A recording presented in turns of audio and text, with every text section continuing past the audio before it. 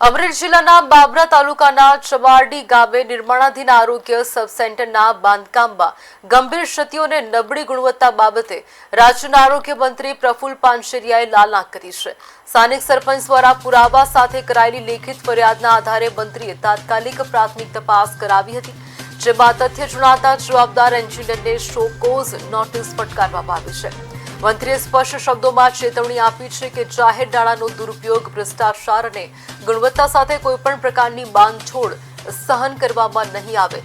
તેમણે સમગ્ર બાંધકામની ઊંડાણપૂર્વક તપાસ કરવા અને ક્ષતિઓ દૂર કરી જરૂર પડે તો ત્યાં નવેસરથી બાંધકામ કરાવવાના આદેશ આપ્યા છે।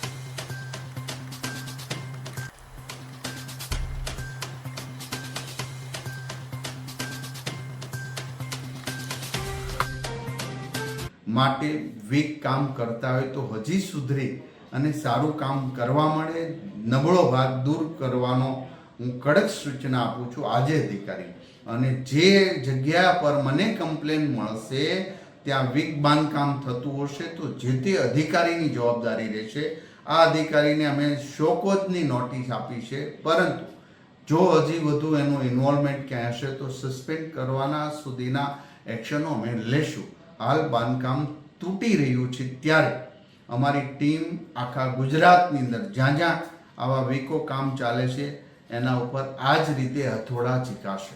માટે વીક કામ કરતા હોય તો હજી સુધરી અને સારું કામ કરવા મળે, નબળો ભાગ દૂર કરવાનો હું કડક સૂચના આપું છું આજે અધિકારી। અને જે